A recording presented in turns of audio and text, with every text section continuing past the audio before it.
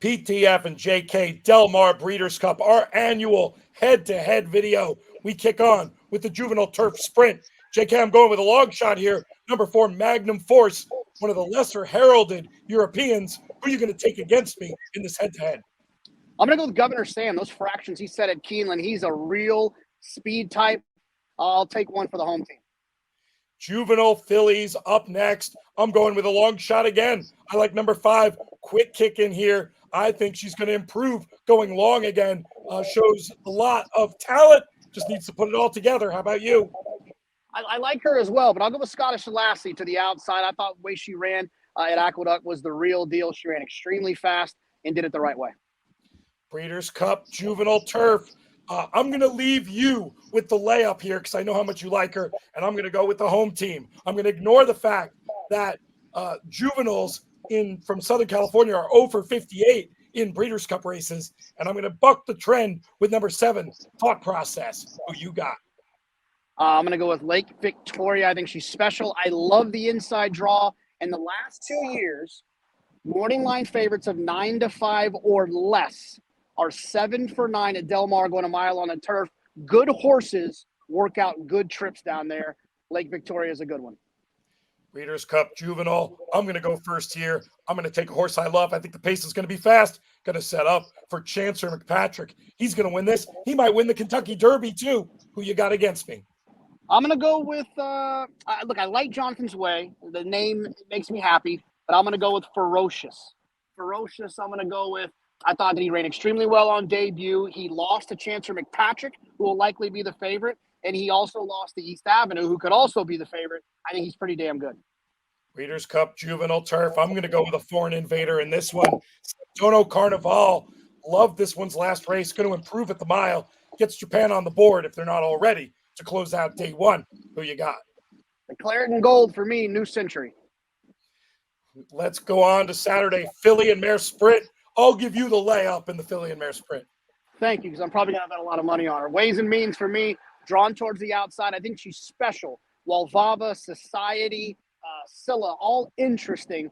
They've just been a little inconsistent. Ways and Means has been wrapped up in her last 3 races. Some pretty quality races as well.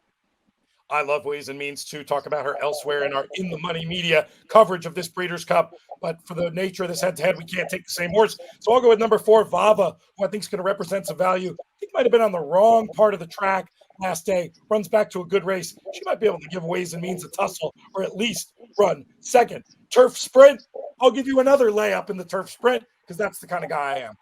I'm going to earn it. Don't you worry about it. I'll take Cogburn. Fastest American turf sprinter, well, maybe ever for the purposes of the head-to-head. I'll try number 1, Believing. I've liked her all year long in England. If they just go too fast, might get the right kind of ground-saving trip to come cut into some of that speed. I like Believing as an exacta partner with Coburn in the turf sprint. Breeders' Cup Distaff, you've had enough layups. I'm taking the layup.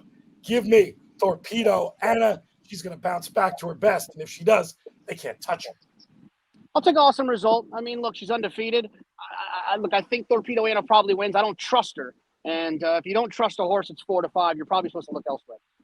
I'm going in the turf with a long shot. Number 10, Wingspan, 3-year-old filly from overseas, second string of the O'Brien pair. And I think she just might be getting good at the right time.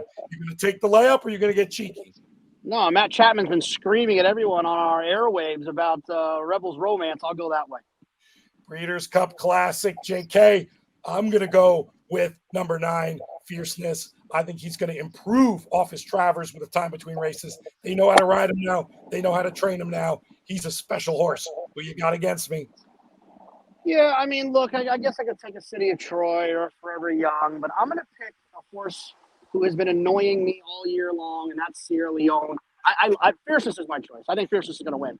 But I think Sierra Leone is interesting at a huge price. And I just want to say this in this video to give people a push to make sure they use him underneath. I think he's perfect for a horse to hit the board and kind of spice things up. Filly and Mare Turf, I'm going to go with Warlike Goddess. This is her 4th Breeders' Cup appearance. It's going to be 4-time lucky for her. She's going to mow them all down in the lane at Del Mar. 1 slot to the inside. I'll go Cinderella's Dream. Charlie Appleby knows his way around that little Breeders' Cup trophy. I think he'll be tough with her. She's run well all year. and hopefully she can continue to improve as a 3-year-old. Breeders' Cup Sprint. I'm going with Mulligan. I love that Flavian Pratt ends up here. This is a horse that's got speed, but he can also stalk and pounce. I think that might be his path to victory. I've suddenly gone blank. I'm going remake. Right? Yeah, I was about to say rematch. Leave it in. Leave it in. I'm going remake. Yeah, I think this is I think this race has to fall apart, and I have to find a closer. I started to pick Nakatomi, but I think he's more of a forward horse now as an older horse. I think the habit of falling way out of it's kind of gone away. I'll go with the Japanese horse. Breeders' Cup Mile. You mentioned Appleby's success. I think he wins this for the 4th time in a row with notable speech. This horse has the best form by far of any of the ones he sent. He won with those others. Why isn't he going to win with this one? Carl Spackler for me. Didn't draw particularly well, but he's got the speed, the tactical speed to overcome that draw. I will go with the lime green and purple of Carl Spackler. We close it out in the dirt mile. I've got a crazy long shot. I'll give you the favorite that we both like. Yeah, I'm not crazy about this race. I wish Domestic Product was running in the sprint. I think he'd win the sprint. I still think he'll win this race, but he doesn't make me warm and fuzzy, but I will take a lower priced horse here. Hopefully it's tied up at this point. I guess it couldn't be tied up at this point. But either way, I hope this one gets me home. I really like number 11, Cagliostro, as a long shot, JK. One of these horses over the summer when he was rising up in form looked to me like one that could compete for this race. He comes here now not looking as on form, but he's going to be a huge price. Cagliostro for me to close it out. We'll see who wins this year's Breeders' Cup head-to-head.